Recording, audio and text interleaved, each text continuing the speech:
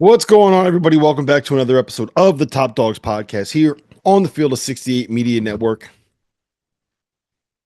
We got it. It's official. The brackets are here. The NCAA tournament is here, and UConn is going to be facing Oklahoma on Friday night, March 21st at 9:25 in the p.m. Eastern Standard Time, the only legitimate time zone in Raleigh, North Carolina. Game that will be shown on TNT in the first round of the dance for the right to advance and face either Florida or Norfolk State, most likely Florida, who looks like the best team in college basketball right now in this very moment. And going to be a tough lift. Florida is awesome. Oklahoma is a good team that has some really good wins that struggled down the stretch in SEC play. They won 6 of their last 19 games after starting out the season at 13 and there's a lot to get into with this Oklahoma team. And I think the place that I want to start with this is with the way that the West kind of shook out, right? Before we get into the specific matchup, I think that the West region is the region of death. It is the most difficult region that we have in this tournament for a lot of different reasons. One, there are 6 active coaches that have won national titles in college basketball right now, and 4 of them happen to be in the West region. 3 of them are in Providence in one pod with Bill Self, Rick Pitino, and John Calipari. Only one of those 4 is going to emerge and make it to the Sweet 16, which is a pretty wild stat to think about. But not only that, you got Texas Tech, who is a top 10 KenPom team that I think a lot of people have thought about picking to make it to the Final Four this year. You have a Colorado State team that is hot as anybody in college basketball. You have the Crab Five down there in Maryland, who has at times looked like a Final Four worthy team, and at times looked like a first 4 worthy team. And then you have Florida, and Florida is, like I said, playing the best basketball out of anybody in the country right now in this point in time. When I Before the bracket was released, there were like 7 or 8 teams that I had circled where I said I'm going to do whatever I can to try to make sure that I get 4 from this group in the Final Four. And Florida, St. John's, and Texas Tech were 3 of the teams that I had on my short list heading into the bracket release. And it's crazy that they are the top 3 teams in that region. And it's crazy that that is also the region where Bill Self and John Calipari and Dan Hurley reside. It's going to be an absolute war. It's going to be an absolute bloodbath. And it's going to be so much fun to watch it play out.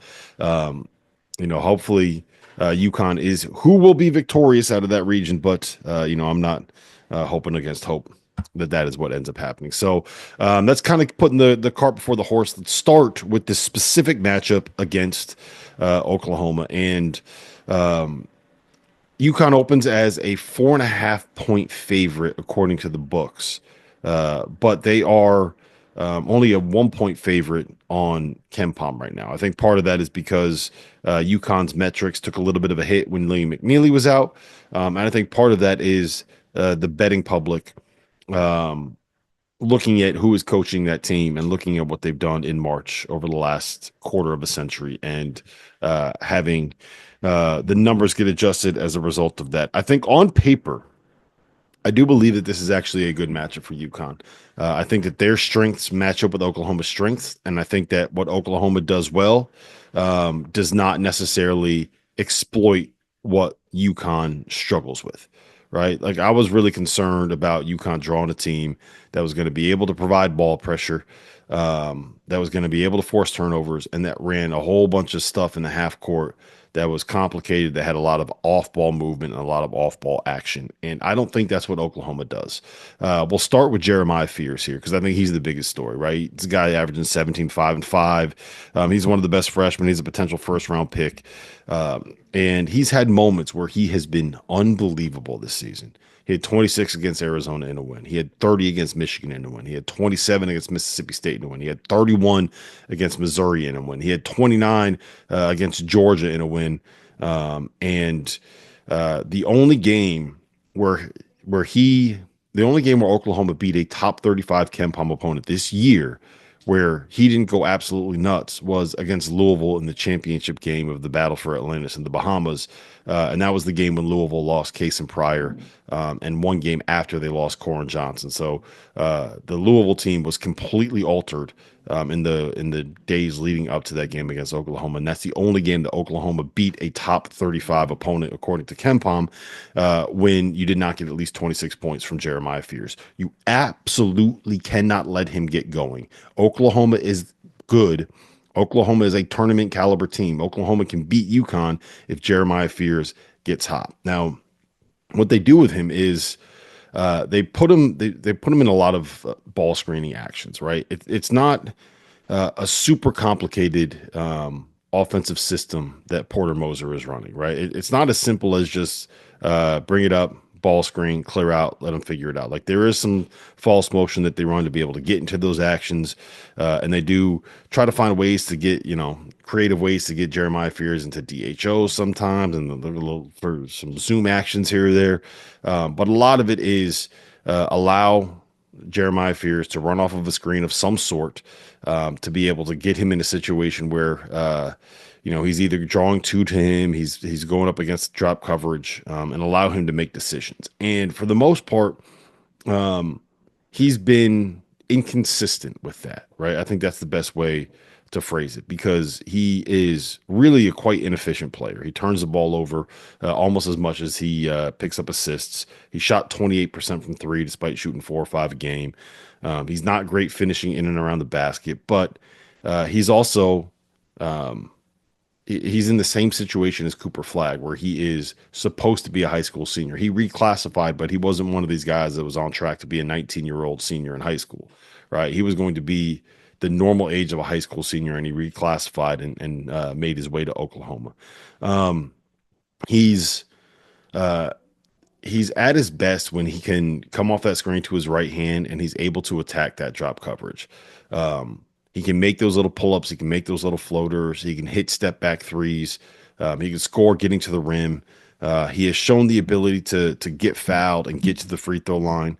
And there are times where, he's taking 10, 12, 14 free throws in a game, and he's done that quite a bit.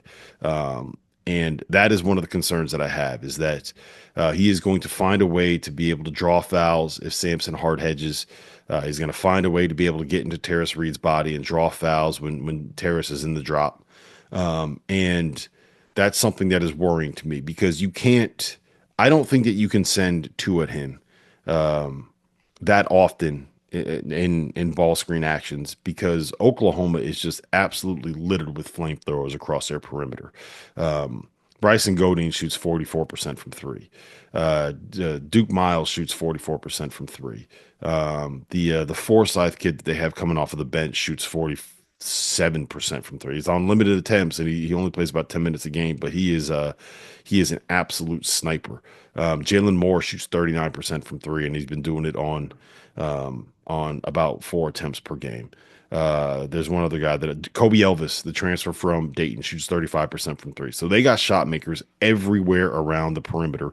And even when they bring in their backup big guy, Luke Norweather, he's a guy that could step out and knock down some threes, and shoots about 34%. So talented shooting team that can really space the floor. And I think they will give UConn a little bit of trouble there, because one thing that UConn can do, they run you off the 3-point line, but when they leave people open on the perimeter, they can make shots from the outside.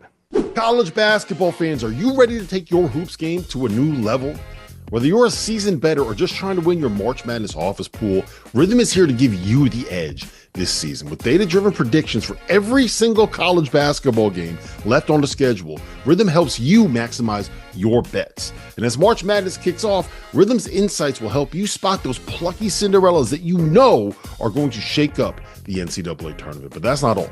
When Selection Sunday rolls around, let Rhythm's AI-powered bracket generator do the heavy lifting for you. This is the same AI tool that performed 35% better than the average ESPN bracket last year. And here's the best part. Rhythm pairs perfectly with our Field of 68 expert analysis, giving you the 1-2 punch that you need for the rest of the college basketball season. So don't wait. Download Rhythm today and get ready to see college basketball and your betting results in a whole new light. If you haven't heard by now, we have partnered with BetMGM for the season. We'll be using BetMGM lines to make all of our picks, and we'll have special offers for the listeners and the viewers of the Field of 68. Bet insurance tokens, odds boosts, and what I love, a nice parlay boost or two here or there. Be sure to keep your eye out in the app for the Field of 68 specials that we'll be running throughout the season as well. So go download the BetMGM app to sign up today.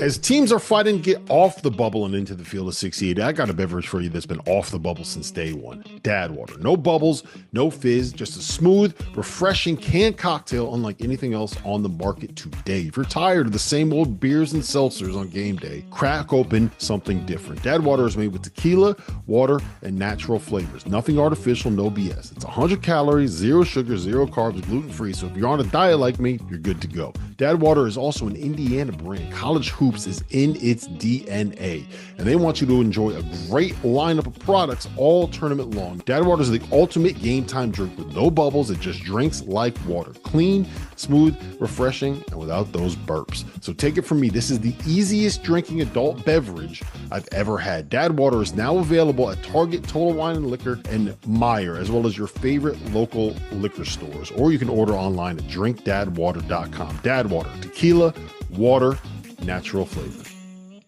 Now is your chance to prove you're smarter than the Field of 68. We're hosting a Survivor contest with our partner Splash Sports. There's a $25 entry fee, a 25 entry max in the contest, and more than 1,700 spots available, which means there's a $40,000 max prize for the winner. Survivor is the future of March Madness. Each day you pick a team to win. If they win, you advance. We'll also be running a free to enter bracket contest as well as a second chance Survivor in the Sweet 16. So prove you know more ball than the Field of 68 on Splash Sports.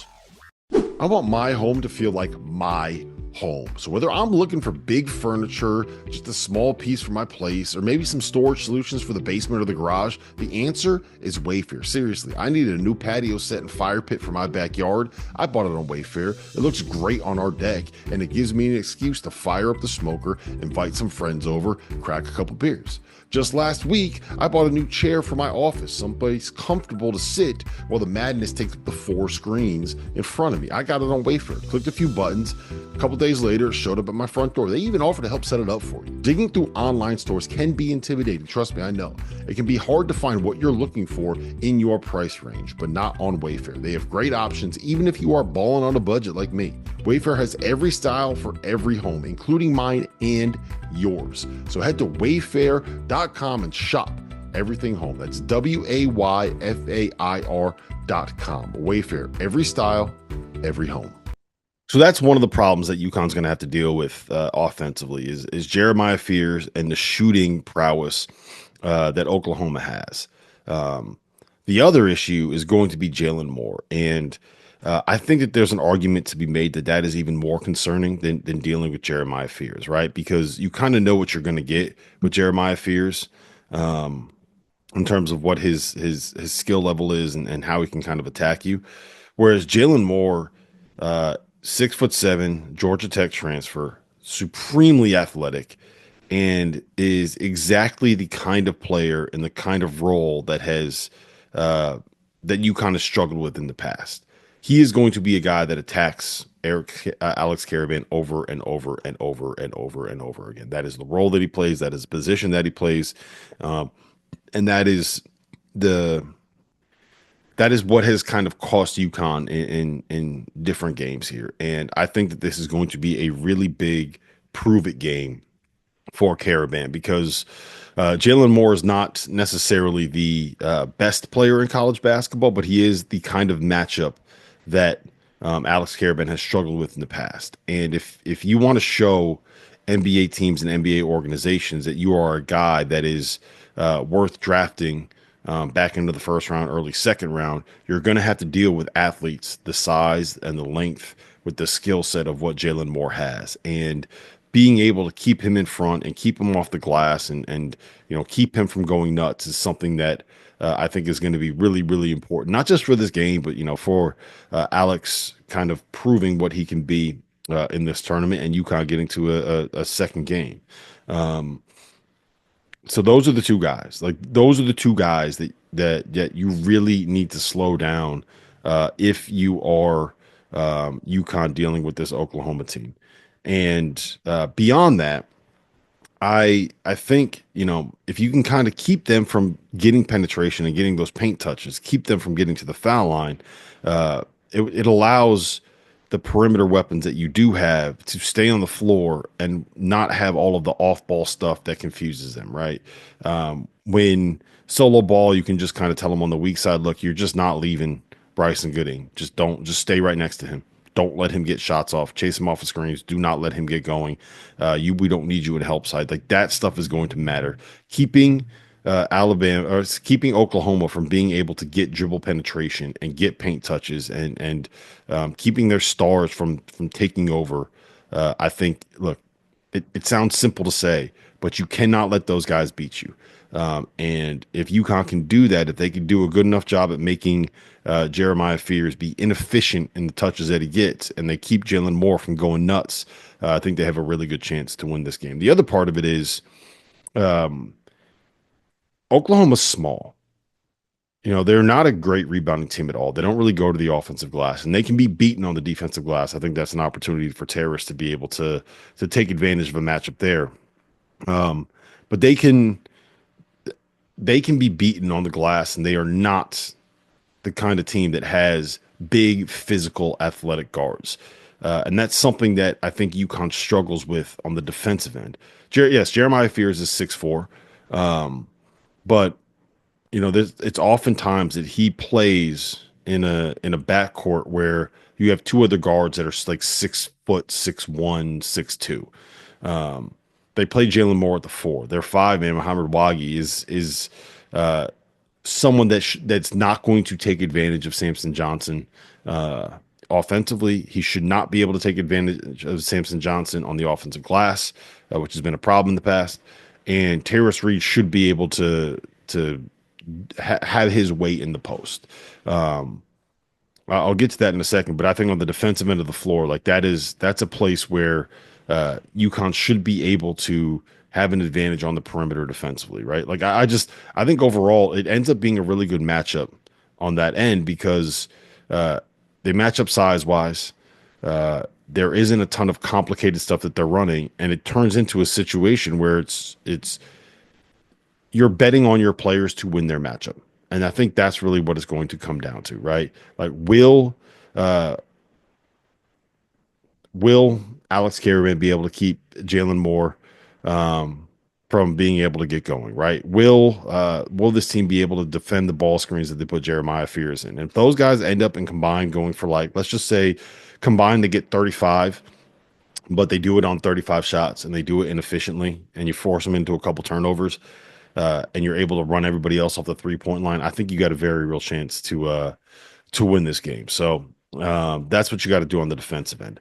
Offensively, I don't think that that Oklahoma does the things well that you need to be able to do to take UConn out of what they want to run. There's not a ton of ball pressure, right? They're not picking up in 3/4 court. They're not doing what St. John's does. They're not going to really try to overwhelm you. At least they haven't tried to overwhelm you with pressure.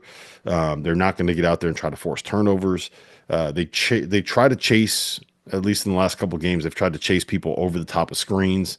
They do some switching, and that did kind of burn Kentucky a little bit, but there were a lot of slips that Kentucky got. Now, granted, that was a result of having Amari Williams at the 5 and his ability to kind of pass and be the facilitator at the top of the key, and UConn doesn't really have that guy, but I still think that they should be able to run enough offense where they're able to get good looks and they're able to exploit some of these guys in the perimeter, and they're able to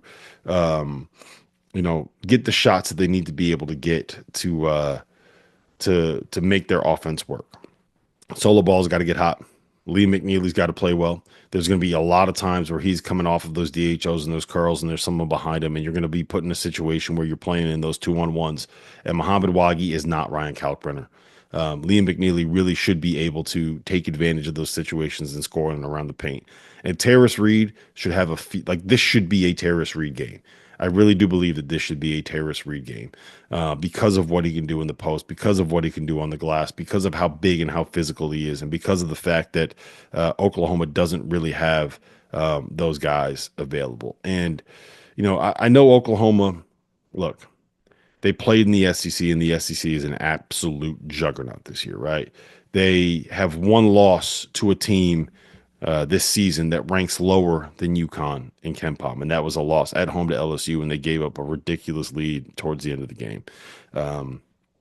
They are 7-14 or 7-13 against SEC competition this season, right? Yes, they beat Michigan on a neutral. That was before Christmas. Yes, they beat Louisville on a neutral. That was on Thanksgiving Day. They beat Arizona on a neutral. That was the day before Thanksgiving. They beat Providence on a neutral. Who cares? That's not something that's impressive to me anymore. So I think this is a game where it shouldn't be taken lightly. You shouldn't look at what this record is and assume UConn's going to find a way to be able to win. But the matchup here, to me, is something that UConn should be able to take advantage of. And if they are a team that is going to be able to give Florida a threat in the second round, then they should be able to win this game. We'll see if that's how it ends up playing out. We'll see if that ends up being something that works. But the bottom line is this. Oklahoma's kind of a two-man show. You slow down those two guys.